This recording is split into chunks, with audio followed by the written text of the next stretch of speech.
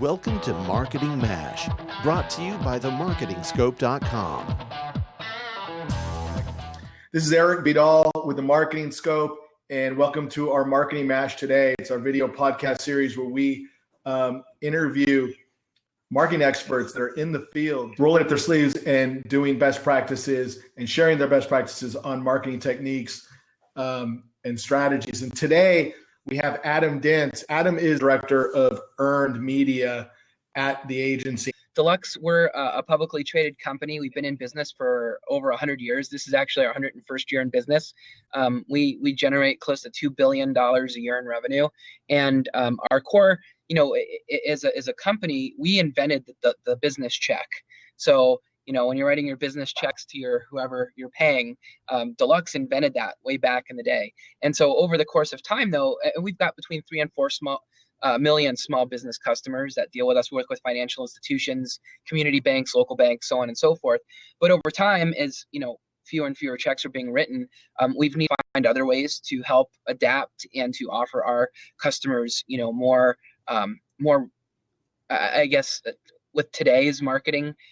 Not just print materials, but going online and digital. And so we've really expanded our offering. So we've acquired quite a few companies, one being Vertical Response. If you know who Vertical Response is, we acquired them a couple years ago. But we offer everything now from SEO to PPC to email marketing to web design, logo design, promotional apparel, and we offer all that to our small businesses. And so my job on the earned media team here at Deluxe and small business is to make sure that Deluxe's web properties are easily findable when people are searching for things such as business checks or logo design or website design. And then we have a whole other department that makes sure that our small business customers that want to do business with us, that their websites are found when their customers are looking for them. And so what's the breakdown? Yes, sir. What's the breakdown with earned and paid for your group? I mean, is it like an 80-20 or 90-10 or what's the breakdown? You mean in terms of spend or in terms of the people that come, the people that visit, are they coming? What's the percentage of people that come to the site coming from earned or some of the initiatives that you're doing? Earned gets about 30%. Paid media, or more specifically PPC AdWords, tends to drive a bit higher than that. And, really, because if you think about, we're B2B, right? So all of we deal with other businesses, whether it's larger banks or whatnot. And so the thing with paid search that we can do a lot better, that we can't really do with organic so much, is really advertise specials, discounts, promotions. And a lot of our customers are looking for those kinds of things. So they're looking for the 30% off or 20% off, which we can't necessarily offer through organic, because then it's essentially available to all channels that are out there. So, so if you're a customer looking for a business check, let's just say, or a logo, would you click on the result that was giving you a discount or one that wasn't? And so, but we still managed to get about 30% come in through organic. And actually what we find is that we'll get people who come in through organic and then they'll leave because they're looking for an affiliate site that might have a coupon, or they're looking for some kind of discount, or they'll even call into our call center and ask, if there's any way they can get, a little bit off their order. So I think it's really important, instead of, especially these days, instead of saying which channel is driving the most traffic or last touch, which a lot of companies still really lean on, is really to take a different look at that attribution and try to understand how digital all up is working. And so, here at Deluxe, we really been focusing on that as a corporate entity. How do we really understand how all the channels working together to generate the revenue numbers that we are? So help me out here. So, I mean, there's always a mix when it comes to content, right? And so you're focusing on organic, on earned. What are some tips or techniques right now that you really love about search and earned media that maybe you can pass along to the rest of us? Sure. So, the whole concept of earned media is that we're going to do such a great job with the quality that it's going to earn its amplification, right? It's going to earn the shares. It's going to earn the links. It's going to earn all those things where I'm not having to pay for an artificial sort of inflation of its popularity, right? So consider it a lot like online word of mouth marketing. That's how I kind of pitch SEO. So if you think about how SEO works, if you're using AdWords, for example, right, you're paying for placement, you're bidding on keywords, you're paying Google money, Bing money to be found. in organic or SEO influence results, you're essentially convincing Google and Bing that you're the best possible result for the keyword that's being searched for. So you're really earning that result more so than doing anything else. So whether you're B2C or you're B2B or you're or an enterprise fortune size customer brand, or you're a smaller in-house, business, I think what's most important is just to go back to the basics and make sure, number one, from a technical perspective, that your website's accessible, that search engines can crawl and access the pages on your website. Really do an audit and make sure your website's in tip-top shape. Secondly, write fantastic content. I think we can all agree that if we look across the broad spectrum of content out there, how often do you come across an article where you're like, wow, that was really good. That really answered my question, or that really helped me solve a problem that I was trying to solve. That's the type of quality content that Google wants, that people want. And so we need to keep creating that kind of content. In addition to that, if we're going to create that content, we need to understand the different ways that people are searching for that content. So for instance, I'll give you an example with attorneys. People look for attorneys with the word attorney and lawyer, right? Those are two different terms. They kind of mean the same thing, but people search differently. So you want to make sure that you understand the various different ways that people search for the kinds of products, services, content that you're promoting, and then make sure you've optimized that content for those keywords.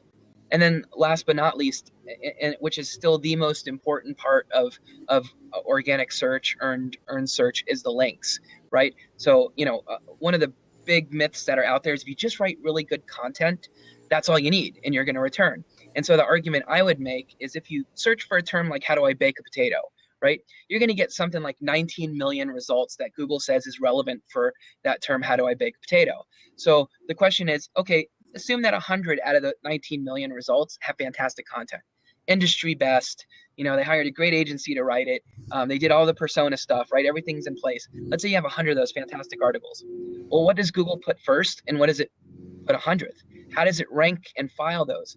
Well, there's an algorithm that has over 200 factors. It's updated 2 to 3 times a day. It's machine learning. It gets better, it improves. And I know this is all really boring stuff, but I say that just to reinforce, the concept that it's a holistic picture. And one of the biggest things that will drive that ranking from 100 to 1 are the links that you have pointing to your site. And not just any link, they have to be quality links. So if you are, if you're baking a potato, right? Or writing an article on how to bake a potato, and you get a link from, let's say, a food expert, right? Well, Google's going to say, oh, well, gee, Guy Fieri is linking to this article on how to bake a potato.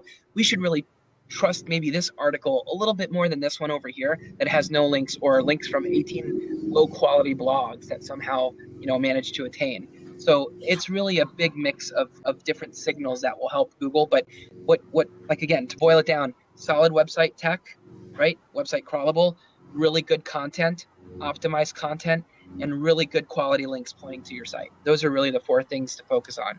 And within that content, by the way, I'm also talking about user experience, customer experience. Make it an enjoyable experience. Don't just make the content good.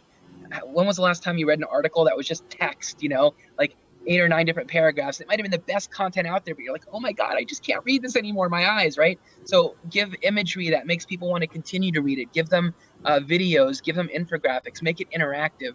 Do all the things that you need to do in order to make sure that your customers, that your visitors are getting the best experience. And so I build that into the content piece, but it really is more of a user customer experience piece.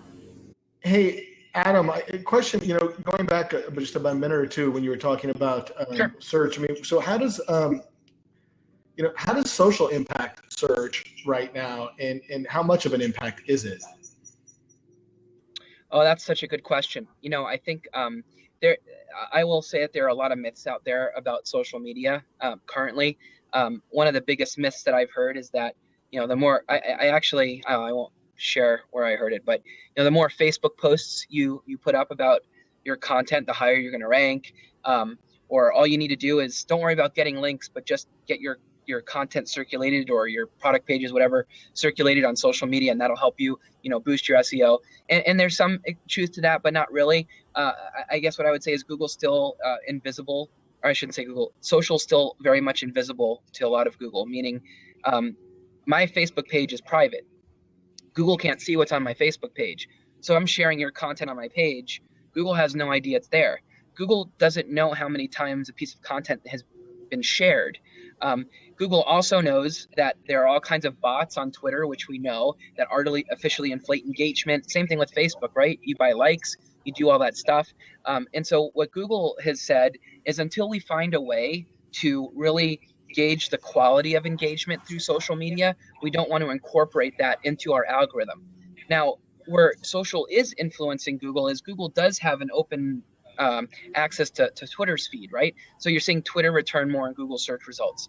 If you're including links within your tweets, Google's going to find it content faster and crawl your website faster than maybe it would have before. A lot of people used to use Google Plus to get their content found faster by just posting a link to their latest article on Google Plus. Facebook still lags behind in the SEO influence, but if you have a public page, so for instance, my brand page, I have a marketing page on Facebook that Google can read. So if I have a link on my site to another page on my website, I have a link on my Facebook page to a page on my website, Google's going to see that as a link, not any more special than any other. And it really depends on how influential my Facebook page is as to how important that link is to Google. So in saying that, social, I think over time will have more and more of an important effect. And again, the more that you do share your content, the more likelihood there is that people are going to link to your site once they read it. But links are still the bread and butter of influence as it applies to trust and should we really return this. But in the future, I think social play a bigger role. How, I don't know. There are a lot of thoughts out there about what might actually happen. But Google's in its continued fight to return quality and find quality content. Hey, so Adam, let's go back a little bit. So, I mean, you work for a brand. You said you've been around for 100 years now. A lot of our audience, the brand is on B2B side, some B2C, but mainly B2B. Sure. What are some of your challenges as a brand trying to do what you're doing without really help with an outside agency or any kind of outside help? You guys have an internal team just focusing on this. So what are some of your biggest challenges that you face every day? Yeah, it's true. We actually, Deluxe, before I worked here, we used to outsource our marketing. We used to outsource most of our online marketing to agencies. And so I think what we found, which a lot of businesses are finding, are for things like search marketing and social media marketing, it's best to have it in-house because, what we found with our agencies were that they didn't understand who we were as a business. They weren't in the office enough to know what was happening in all the meetings that were behind closed doors. And so they were always kind of a step or two behind where we are. And so Deluxe made the conscious effort to bring in teams of experts or people who know what they're doing, I guess we should say, to build these teams and practices so that we became a machine. And so it turned out that the agency that used to provide services for Deluxe recommended me to Deluxe. And so they hired me and I came in and built a team and practice here. And that's kind of how we netted out. So I think in terms of challenges, I don't think we have any challenges that go outside of what anyone else has, whether it's in-house or it's agency. Obviously, when you work in an agency, you have a lot of other people that do what you do across a lot of different websites and accounts. And so you can draw on the knowledge that they've gained through whatever they've been doing well or what they haven't been doing well that you can apply to your client sites. When you're in-house, it's a lot more being resourceful with yourself and with your team. But I don't think there are any great challenges that we face in-house that we wouldn't have faced theoretically with an agency. In fact, there's less friction. We've been able to get more done. We've had better results in-house than we did when we outsourced to agencies. So there's still some things we do outsource to agencies. We can't possibly scale internally with the teams we have, but we drive the strategy. We drive what we want to do, and we know exactly what to ask our agencies for help with. Well, welcome, Daniel. Hey, welcome Daniel. back, Shelly. Dan, you want to give us a quick update on how Barcelona is? Well, the good news is I am still in Spain. The bad news is I have to wake up in about 6 hours and get on a plane and come home. The better news is I'm gonna have 2 Fridays though, because I'm actually going to leave Friday morning here, and when I get home, it'll still be like midday Friday in Chicago. So it'll be like a 40-hour long day. It's an amazing experience. I recommend everyone try it a few times. Shelly, I've got some terrible news on the other hand, though, and that's that we still cannot hear you. No. It's kind of like watching an old Kung Fu episode. Because I'm sure whatever she's saying is brilliant. Yeah. And I know she's techno savvy, so it drives me crazy when we can't win, but I definitely can't hear you. It feels like it's like an old Bruce Lee movie. You're like saying brilliant things, and it's going. She loves this Just click topic on the too, Adam. PayPal icon. She loves this topic, so this is why it's tough for her. Yeah, I'm going to channel my inner Shelley until she can get in here, though, because I actually listened to everything you just said, and I think you're probably right, except for it's not a universal truth. And what I mean by that is, for instance, Shelley and I, we merged forces, brought Eric together, and actually founded. Now, obviously, we have an interest in agencies being seen in a more positive light, but we've seen what agencies can be fantastic and can catapult a brand, and agencies can be disastrous, and they can, send out tweets on the wrong accounts that are, like the Virgin guy in Australia that absolutely can smash a brand. So, what I think is kind of important is understanding and having clear metrics and measurables. And Adam, we both joke, and sometimes debate online through conversations that we've had as to whether or not, certain social tactics are acceptable, right? We've had some very fun discourse, both, like I said, positive and negative. And the long and the short of it is, it's about measurable results. One of my favorite things and the reasons I wanted to work with Eric is Eric's a marketer. Eric's a true marketer. Eric measures everything he does. He understands lead generation. He understands what's important to businesses. And while I personally do love, the social space, content generation, amplification, I wouldn't call myself a streamer, but I see the value in potentially telling stories online, whether that's through streaming or content. I wanted to add an element to our business that said, you also want revenue, and you need something that can attach to revenue clearly. So, I think it can be done very well and it can be done terribly. And that can be both the case of an in-house marketing group and an agency. I mean, many companies actually with both marketing and IT will end up creating an internal group that they treat like an agency. It's a cost center. They spend money. It goes back and forth. They hire resources inside and then basically bill it almost across the company. So I don't think it's universal. And I think that's an important thing to point out. There are really good agencies and really bad ones. And there's really good marketers in-house, really bad ones. And it comes back to getting down to data-driven marketing and saying, what the hell are we trying to actually do with our marketing, and how are we measuring it? If we cannot measure it, if we are a revenue generating part of the company, we can't measure that we're generating revenue, then we need to blow it up and start over, whether that's in-house or an agency. Yeah, I completely agree with you. And I think that agencies can provide a lot of value. Like I said, we still use agencies here at Deluxe to help us with things that we can't necessarily do in-house. We don't have the bodies, the manpower to do in-house. We need to scale quickly and we need help doing that.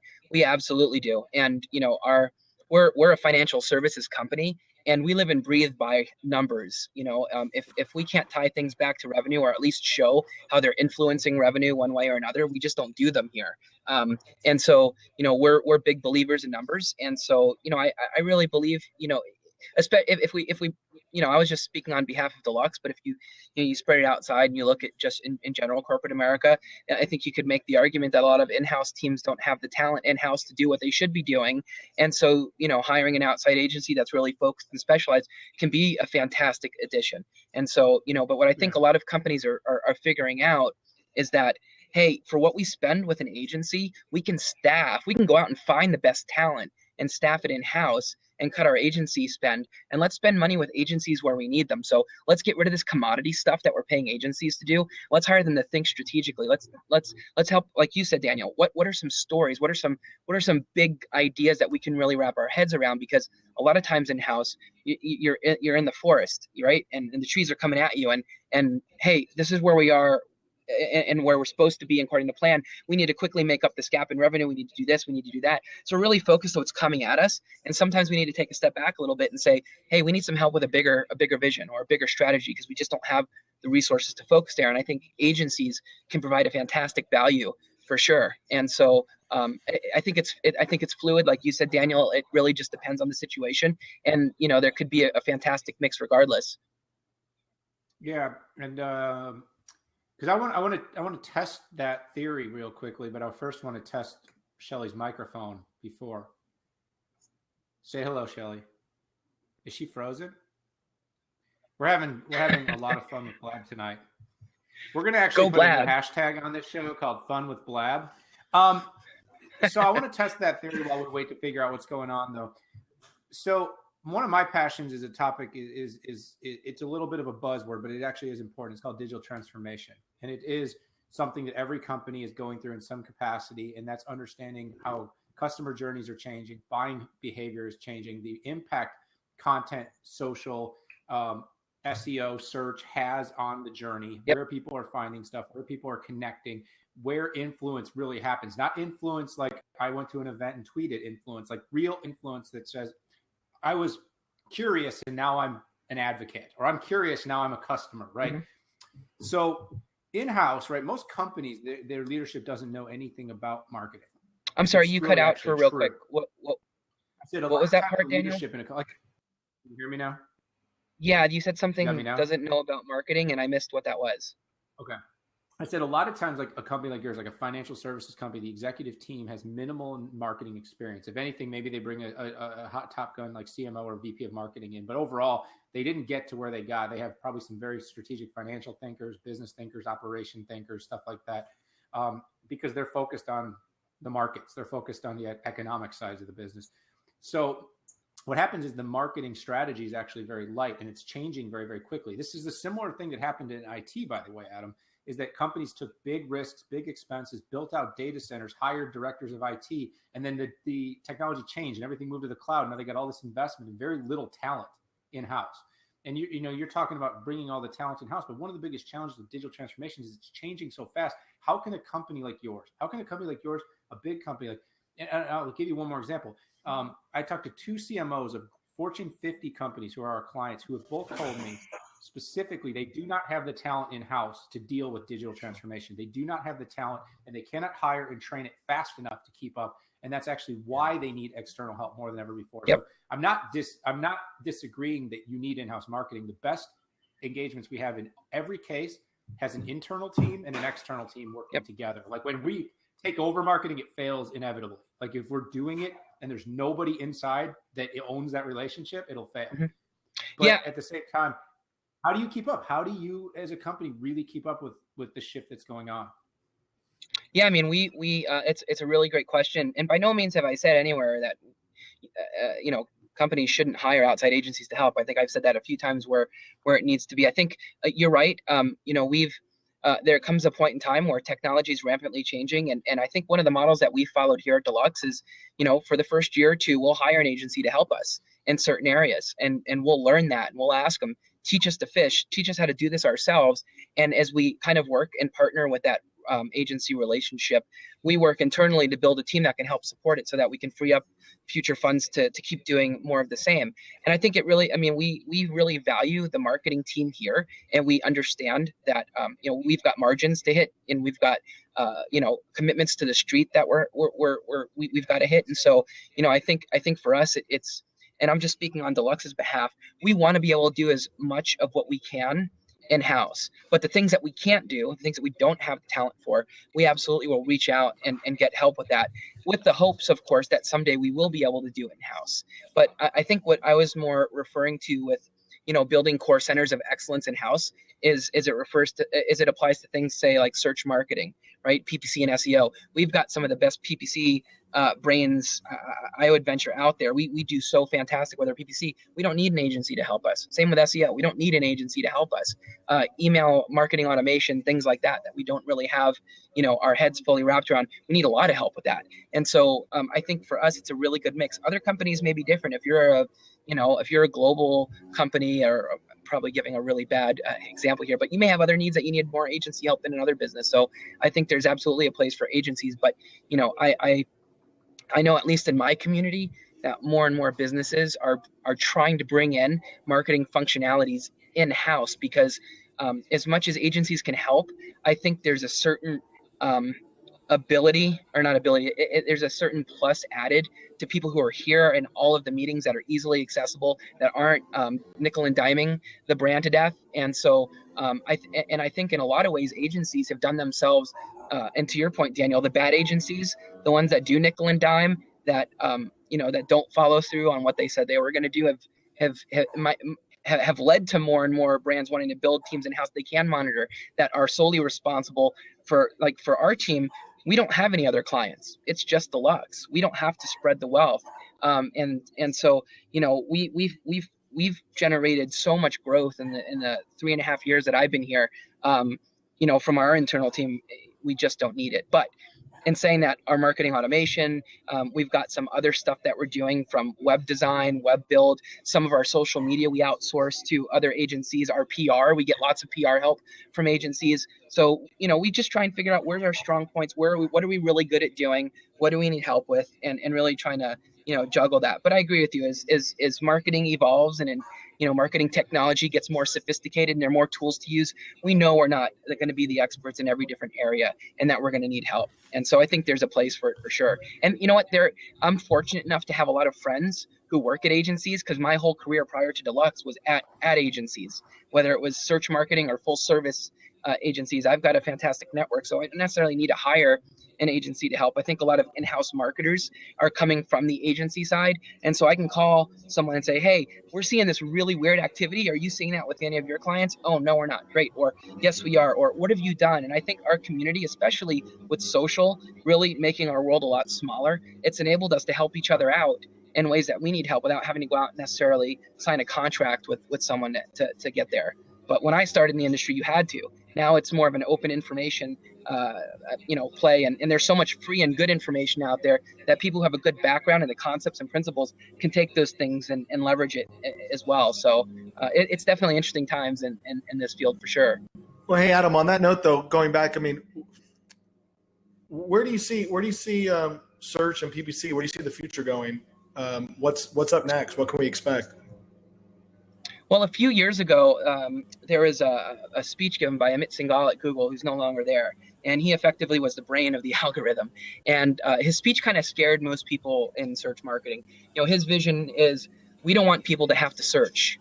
We want to know what people need before they actually know they need it. And so, one of the examples that he gave, which was kind of crazy, is if you went to the supermarket, right? And you're getting ready to check out, your phone notifies you and says, hey, you didn't buy any milk. You're running out of milk. Oh yeah, I've totally forgot my milk. Or one that populates your grocery list based on your buying behaviors. They just want to get to know you so much and know your behavior so much, they're able to preempt your search and answer your question before you get there. So I think that's one way that Google is moving. And I think you've probably seen that on your mobile device. If you've got a trip planned, right? It's going to tell you have to leave your house now in order to make the airport in time. Or if you've got tickets for a show, you'll get a pop-up on your Google card that says you have a show tonight at 10 o'clock. Do you want to reserve a cab? Right? So it's getting there very, very quickly. At the same time, it's also trying to answer questions without putting users through the unnecessary effort of taking an extra click. So if I Google the term, who is Barack Obama, I'm going to get a whole page of Google stuff that tells me everything I need to know about Barack Obama. Or how do I change a light bulb, right? There's going to be an answer in Google search results that tells me how to do that without having to click on a link. So in a lot of ways, Google's looking to take over. It's looking to be less of a portal and more of a one-stop resource shop for people who are looking for information. So I see those as two really big changes. Obviously there's more of the mobile aspect, and Google's really moved to the mobile first. So they just updated their desktop search results to mirror what their mobile search results look like. So you'll find that all of the paid search results, holy moly, I don't know what that feedback is. But anyway, on the right-hand side, all those ads are gone now, and they mirrored it to look just like it is on mobile. So I think you're going to see more mobile alignment from Google and Bing.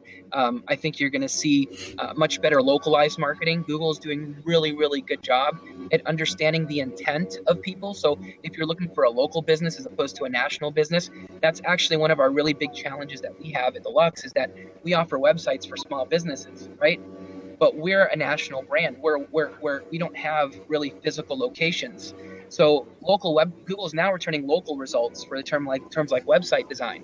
So how does we as Deluxe compete with those local web designers when we don't have a local presence? So I think, but all in all, Google is really just going to improve the customer experience, and everything is positive. I don't see any negatives as to anything that Google's doing. I'm really excited to see where they continue to go in the future. So So going back to So I some think of the comments the you made interesting about, thing that you're talking about is you're really not you know, talking about SEO. Google You're knowing talking and about technology anticipating, evolution. What you're talking about is Internet of Things. You're you talking know, about what you should be buying, you know, right, you're in talking regards to about milk or something. So is there going to be a digital anthropologist position available? Is that where we're going? And are you going to have one on your team soon? Yeah, I know exactly where you're going with that question because that's something that we talked about a little while ago, and that's one thing that actually got me to fall in love because I was a web designer before I was a marketer, and so and so when I started getting into SEO is kind of a mix of tech and marketing. And so for me, it was like the perfect mix of both. But what really got me into it was I had someone say.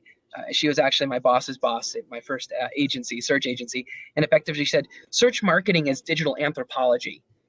We have access to data about every search ever searched for, and the amount of search demand behind those searches, and what people did after they search. Where did they click? What did they do once they got to the website? What actions, what behaviors did they take? All of these different things that you can get from search marketing. And to me, it was fascinating because forget SEO. Forget SEO even exists. You can take the data that you get from search, meaning behavior, what people are interested in, what they're doing, and apply that to your other marketing. In fact, when I accepted the role here at Deluxe, I had a counter offer in New York for an agency that provided all of the content for in-flight publications for the major airlines. And effectively, they said, we don't want you to come in here and do SEO. Or search marketing. We want you to come in here and tell us what people are interested in by their searches, and let's create an awesome content strategy that we can put in our magazines on the airplanes, which seemed like a really cool opportunity. I ended up not taking it, but it was a really cool use of search data. Or if you know that people are searching for certain types of your products certain ways, then use that in your TV advertising. Use those keywords. Put that in your actor scripts. There's so much data in search that you can use that's real and that expresses intent that it's really hard to find in other channels per se. And that's one of the things I really love about search. And so I think there'll always be an anthropologist type of role available because that's what we do. And if you're not an anthropologist, if you don't think of yourself as a digital anthropologist, you don't really fit into what it takes to be a really good search marketer. I think that's all really interesting. Can you guys hear me? Because I was talking before and I don't know that Eric could hear me. Okay. Yeah. So what I basically am kind of trying to get to here, though, is what you're really kind of talking to is the evolution of data and the evolution of the rapid collection of data. See, it's sort of this is where marketing and technology are kind of intersecting. Yep. And they're kind of meeting at a crossroads. So, I'm here at Mobile World Congress, and the hottest topic at this thing, besides virtual reality and people not seeing Mark Zuckerberg walking down the street, is Internet of Things. And it's the fact that the data that they're collecting now has been primarily from sources, tangible sources, things you could touch, whether that's blogs that you're creating, social content you're creating. What's actually going on now is most of the data is being collected from us living our lives, not actually intentionally creating content. That's walking down the street, what we're saying, things that, the way we exercise, our health, our sleep patterns. I mean, this is all creating data. It's telling us when we're online. We've got retinal scans. You've got things that can tell what you're looking at and what you're focusing on. All that data is being collected, not being used all that well yet, but it's being collected. And now the big push is companies are starting to figure out tools and technologies that can actually parse that data, extract it. And you're talking about autonomous tools beyond just automation, but actually autonomous tools that can then feed and serve. It's kind of starting. The best example is like remarketing, yep. Right? What you got going on with remarketing, but it's getting smarter.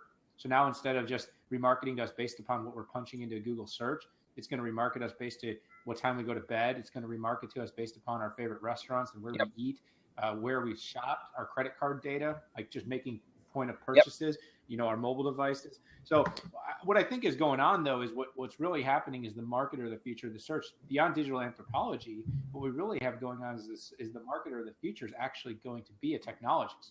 Yep. It's got to be somebody who's got extraordinarily rich technology roots, and not just in traditional IT, but that truly can understand both what you're talking about with search and how actual networks and data is collected, built, aggregated. And that speaks a lot to the growth of the data scientists in the companies. Let me ask you this question is, what are you guys doing to solve that issue, to actually start to use data? Because you're talking about data and you're tickling my fancy. But what I hear is a lot of companies seem to understand the need, but not very many companies are executing.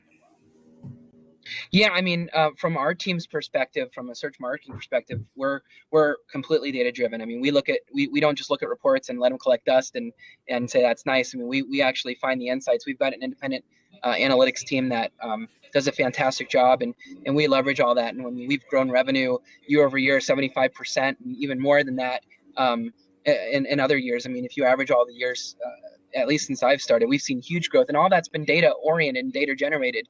We spend a lot of time trying to understand what our consumers are doing and what they're interested in, what they're caring about. And then we modify our website, we create content, we create tools, we create things that help our customers and people who we think might be our customers someday do those things. And so, a lot of the stuff that you're talking about, Daniel, I mean, we don't do it because, it's just not in our realm of consciousness yet per se, but we'll get there. I mean, we've got a massive IT team that we've got a CIO. I mean, I don't, I'm sure there are other companies that aren't as necessarily is wide and expansive as ours, but we do a fantastic job being scrappy with what we do, but leveraging as much as we can. So from a search marketing perspective, I mean, we use as many tools as we have available to us, and I think we do a pretty good job. I think one of the biggest challenges I see in marketing, at least from a search marketing perspective, and I don't see a lot of search marketers going this way, is we're too consumed with the data, and we're not spending enough time with our customers and trying to understand where they're coming from. So we've actually kind of started using a different kind of approach where we look at the data and say, that's great. We love that this has happened in the past, but hey, customer or prospective customer, what do you think about this? And how do you approach accomplishing this kind of task? What steps do you take? And our user experience team have merged with us in very meaningful ways that allow us to help them set their customer experience tests, and vice versa, help us conduct our search tests, so that we're all keeping our customer, the persona in mind, the people who are trying to get into our fold as customers, really meeting their needs where they need it to be. And so, but I think you're absolutely right, Daniel, that the amount of technology that's coming our way. I mean, if you think if you think about it, bigger companies like us, or even bigger companies, they have the resources, or maybe I shouldn't say that, they have a better opportunity with the resources they have to take advantage of that in the future. But think of the smaller businesses that are still trying to figure out how to use Google Analytics, or they're still trying to sign up for Twitter, or they're doing they're still so far behind. I think that the current technology and the current the current tools that we have available are going to have to suffice for a long time for the market that's out there. And I think this rich stuff that you're talking about, Daniel, is going to be able to be taken advantage of by some of the bigger companies that are smart enough, that are resourceful enough, and have big pockets to spend on that. So it's definitely an interesting time. A lot of what you're saying, Daniel, is new to me. I haven't been exposed to that, and I hope to read more about what you're putting out and what you're sharing. It's definitely fascinating, and I think that that's what I love about our industry is you can never get bored. You can never stop learning. You can, there's never such a thing as an expert or an authority, because as soon as you know something, there's something else out there that you don't know. And so I think we can all learn from each other as a community and really help each other figure out, where our biggest challenges are, what our problems are, and how we move past it and succeed. Our friend Patrick Kitchell would argue that the lists of influencers would be saying that there are experts on anything. So I like to make a little joke there, see if I can fire Patrick up here for a moment. Denmark is here. Eric, a couple quick questions before we wrap this up. And one of them was from a few minutes ago. Sure. I apologize for the delay, but is buying links a no-no, Adam? And yes. The next question is, how important is it to pay attention to the other search engines like Yahoo or say Bing? So Google's perspective is when they look at links, is they want links to look natural. They expect them to look natural, meaning you earn those links because of whatever it is that you're doing well. You've earned those links. So a lot of times when you buy links, you're buying links from, let's say, certain sites or sources that Google might not trust or consider to be quality, right? And so effectively, when Google sees those things, it says, why do you have a link here? Why would you want a link here? This doesn't look natural. It doesn't seem like a link that you should have, right? So it looks for unnatural patterns. It also, once it finds out that a site accepts payments for links, if it discovers there are link networks that people are buying and trading and selling links, it'll find sites that are connected to that network and automatically it'll penalize them. Not good things come from that. However, and I'm not encouraging anybody to do this by any means, and I don't do it. I just want to just put that out there. But there may be times where buying a link makes sense. For instance, if you've got a friend at the New York Times and they've got a piece of prime real estate open and says, hey, we'll sell you a link here I know it's a really bad example, but you pay us $500 a month, we'll give you a link here. And it's not, coded in a way that makes it look like a special link that's been bought and paid for. It can provide value, and a lot of SEOs do that. It does work. I prefer to try to do things on the up and up and naturally, and sure, it might take us a little bit longer to get to where we're going, but at the end of the day, I know we've got long lasting results that we can stand the test of time, and we're not going to have to backtrack and try and fix them later. So my advice is keep them as natural as you can. If you feel like you have to buy a link and that's what you're going to do, please make sure that wherever you're buying it is legitimate and that you're not going to have fallout to deal with. So I know it's not a real clear answer, but that's as best as I can do. No, I got you. What about on that one? What about the other search engines like Yahoo or Bing? Yep. I would even say forget Yahoo and Bing. I would say, what about eBay? What about Amazon? Any public site that you can search on is effectively a search engine. And so if you're able to list your product, services, information there, the App Store, Google Play, those are all places that you can optimize to be found for when people are looking for your apps, for your information, things like that. So I think it's really important to know where your audience is.